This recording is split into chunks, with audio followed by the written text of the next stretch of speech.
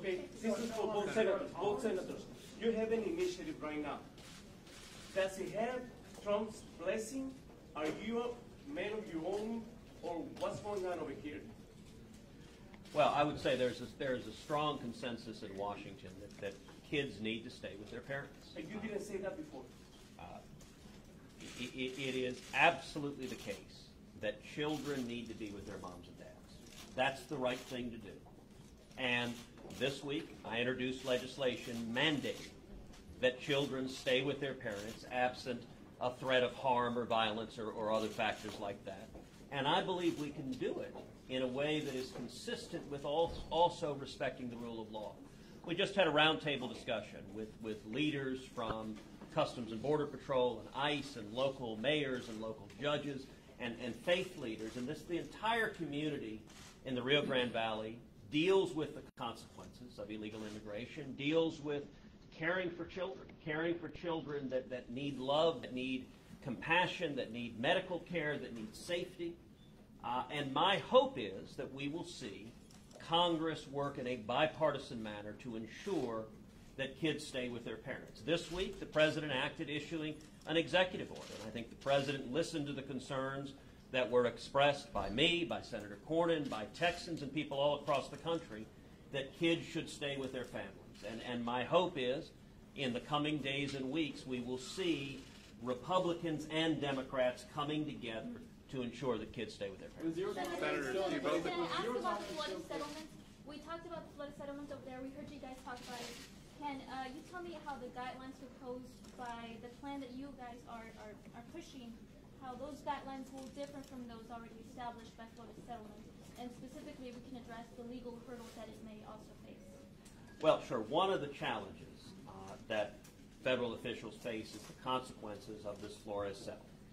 And that's a subject of considerable negotiation right now in Congress, because we don't want that settlement to be in any way, shape, or form forcing kids to be separated from their parents. We want kids to be able to stay with their parents. So I introduced legislation this week that mandates kids stay with their parents, that doubles the number of federal immigration judges. Because one of the real challenges you have with the Flores settlement is there's a backlog in terms of processing cases. We need more resources to process cases, to adjudicate them quickly. And the legislation I introduced creates an expedited process so that if an individual has an asylum claim, that asylum claim should be adjudicated. The legislation I filed lays out an expedited time frame that either, if they meet the legal standards for asylum, then asylum should be granted.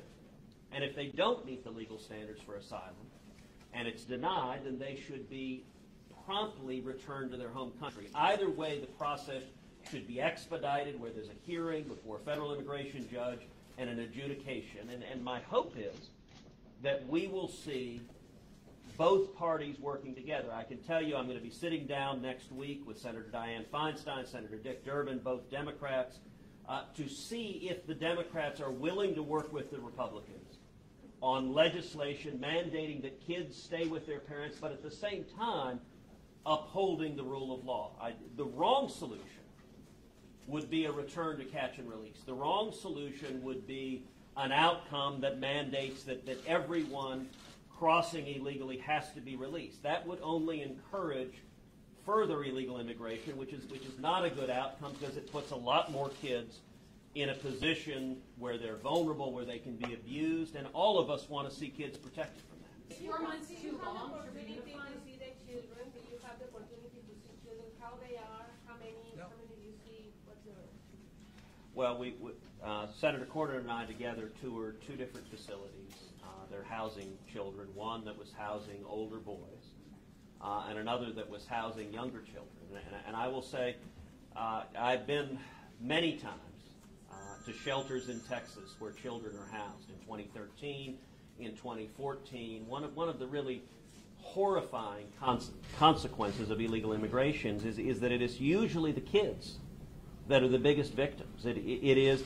Now, I will say the shelters we visited, the kids were getting medical care. The kids were in classes. They were being cared for. They had recreation. You have people working to try to care for these kids, but when you have tens of thousands of kids coming unaccompanied, so with no parent. You have little boys and little girls being trafficked in by violent criminal cartels. The abuse that happens to these kids is horrific. And I believe nobody who wants to be compassionate, who wants to be humane, wants to see kids brought in by human traffickers and violent criminal cartels.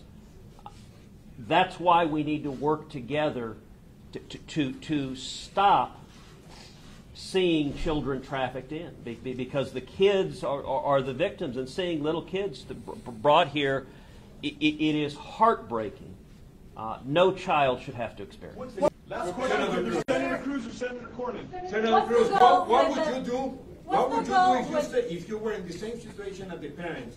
You know, because you say legal immigration is welcome, okay, but they're trying to come here illegally, asking for asylum, and then when they get to the bridge, especially here in Matamoros, they don't even let them to cross into the United States. So that's one question. The other one is, what would you do if you were in that situation in El Salvador, Honduras, Guatemala, where your kids either flee the country with you or get killed?